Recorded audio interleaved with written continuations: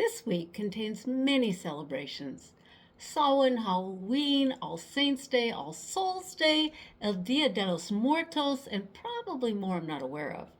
A week for fun, inflection, and remembering. Samhain is Celtic New Year. Christian New Year is January 1st. Chinese New Year is celebrated on the first day of the first lunar month of each year. Do you know how we ended up with so many different endings and beginnings to the year? Believe it or not, at one time we weren't chained to a clock or days of the week. People got up with the sun and went to bed with the dark. The seasons and the moon marked the changing of the year. When things started to grow, it signaled a new season. When harvest was complete, yet another. Samhain is the root of Halloween.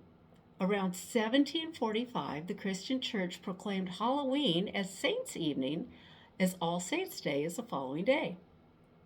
If I ran the world, the new year would begin in the spring when life begins anew, not when everything is dying back and the long winter months are coming.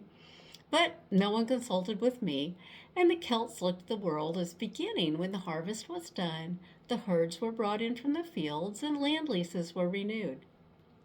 The Hebrew calendar came out to 364 and a half days, so every 7 out of 19 years they had to throw an extra month in there.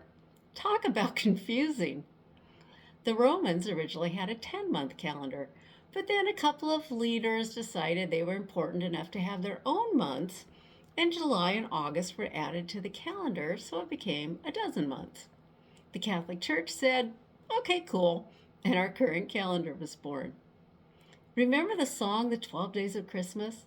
This was to help people figure out the change of date in the holiday. All these calendar changes took a while to get around to folks, and news was often shared in song to make it easy to remember. The Chinese New Year is now the first day of the first lunar month, not too far off from the January 1st date we commonly celebrate. The history of Chinese New Year was closely associated with agrarian society in old times. Ancient Chinese people concluded the cycles of seasons from their planting experience and based on a lunar calendar. Speaking of lunar calendars, did you know that a pregnancy typically lasts for 10 lunar months?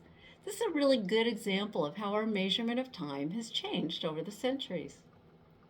When you get right down to it, this is all interesting, but these days we go by the 12-month calendar, rarely think about the Roman gods the months are named after, and spend our days counting years, days, and minutes as life passes by.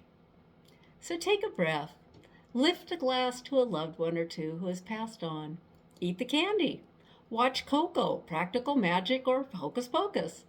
Sleep well knowing that for most of us, it's all in good fun. My name is the Reverend Kathy Crosby, and there you have it, short and sweet.